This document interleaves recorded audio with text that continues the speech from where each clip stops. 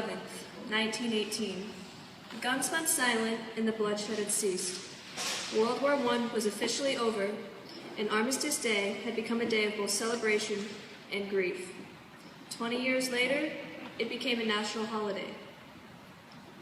After World War I, there have been many other events executed by our war horses in order to shelter our home, including World War II, the Vietnam War, the Korean War, Gulf War, Iraq, and to this day, in Afghanistan. Veterans, ISNP staff, students, and other members in this room, today is a day of remembrance, a day devoted to those who didn't get to see Armistice Day, a day to those who survived, but not before they had lost so much of their future to give you yours. Throughout the nation, Veterans Day is supposed to be a day of honor and remembrance to those who have given everything to keep your freedom alive. Many of these veterans don't get the gratitude or acknowledgement that is deserved. They leave their everything behind to make sure that you have something. Did you know that many veterans come back to find that they are now homeless, that their families have left them, or that after months or years of heartbreak and injury, they get absolutely nothing for it? In January of 2014, just 1 month, 50,000 homeless veterans were out. That's 9% of the homeless population. 41% of all veterans that are homeless suffer from PTSD and cannot afford to get that help that they need for it.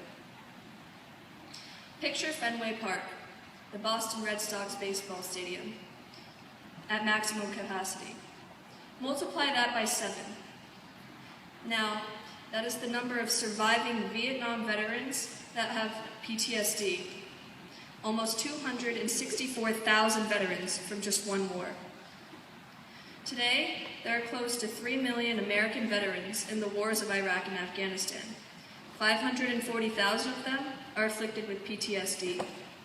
In the Iraq War, close to 1,000 service members have had wounds that have needed amputations. 800 lost major limbs, ergo arms or legs. In Afghanistan, 800 service members have had to undergo amputations, with 700 losing major limbs. I urge you to listen. Do not ignore those who are willing to sacrifice their entire lives to ensure that you have yours, to ensure you have this: life, education, future, and family. This is a day close to millions of people's hearts. Last spring, our first year of graduating students, we've had graduates walk across the stage in a cap and gown one day and don the uniform of many the next. This coming spring, there will be graduates that do the same exact thing. Those people, those of you that are to protect and serve the nation, thank you for your bravery and your courage. Let us collectively remember the sacrifices that all of our veterans have made, whether silent or not.